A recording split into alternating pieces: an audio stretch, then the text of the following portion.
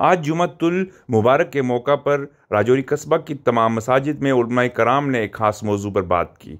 आपको बता दें कि उलमाए कराम ने जिस मौजू पर बात की है, पिछले 2 दिनों से वो मौजू जो है सोशल मीडिया की रौनक बने हुए है, जिसमें एक सियासी लीडर उलमाए कराम के हवाले से कुछ अल्फाज का इस्तेमाल कर रहा है।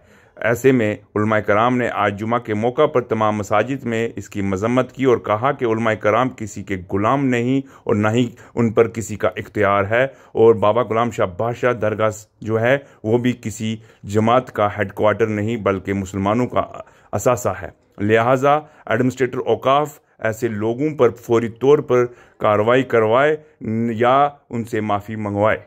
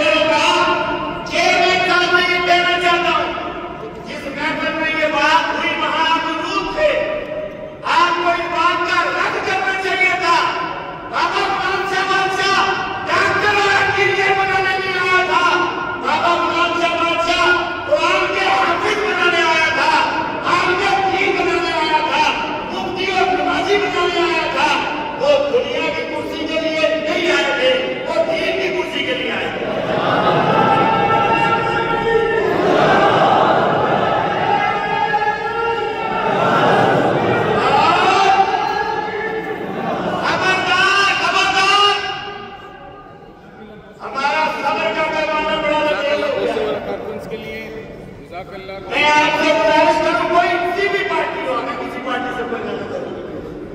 हम गैर सियासी लोग हैं। हर आदमी को अपने वोट का इस्तेमाल करने का हक है। तुम्हें किसने ये इख्तियार दिया है कि तुम लोगों को वोट करने से रोकते हो? अपनी मर्जी से जो जिसका इंतखाब करे।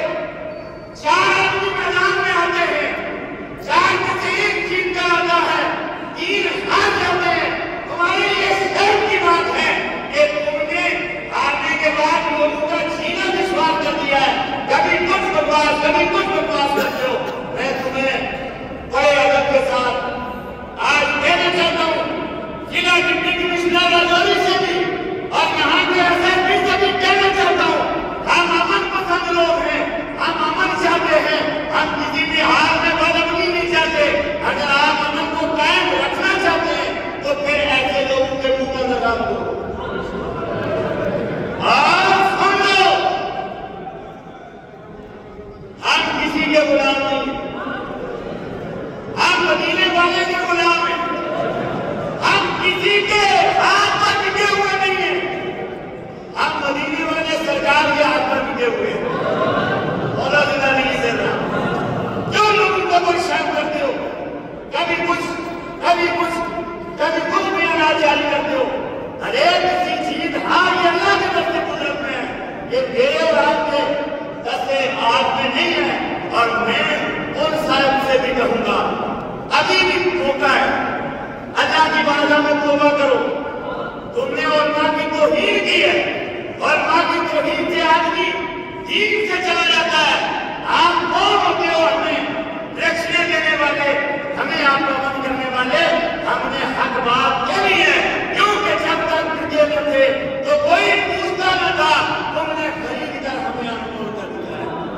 अल्लाह वालों के हाथ पर उठे हुए हैं। हम शरीयत के दायरे के अंदर रहकर बात करते हैं। लिहाजा कोई भी ऐसी बात समाज में अगर करेगा तो उसकी जिम्मेदार जिला इंतजामिया होगी।